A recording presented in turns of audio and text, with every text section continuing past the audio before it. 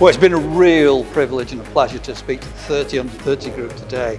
Passionate people, want to make a difference. I just hope I've been able to contribute in terms of helping people become more persuasive and influential. I've been Philip Hesketh.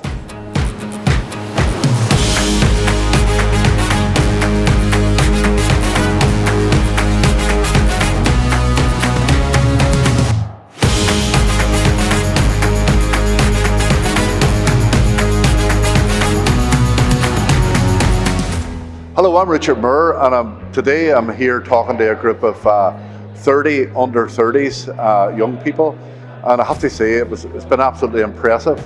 They're real genuine concern for the planet, and it's a climate change group that are here, and it's been quite remarkable in terms of their energy, their enthusiasm, and their genuine interest in what's going on in their community, and more importantly, what's going on throughout the rest of the world. So it's been a real honour for me today to meet them all and spend a bit of time with them.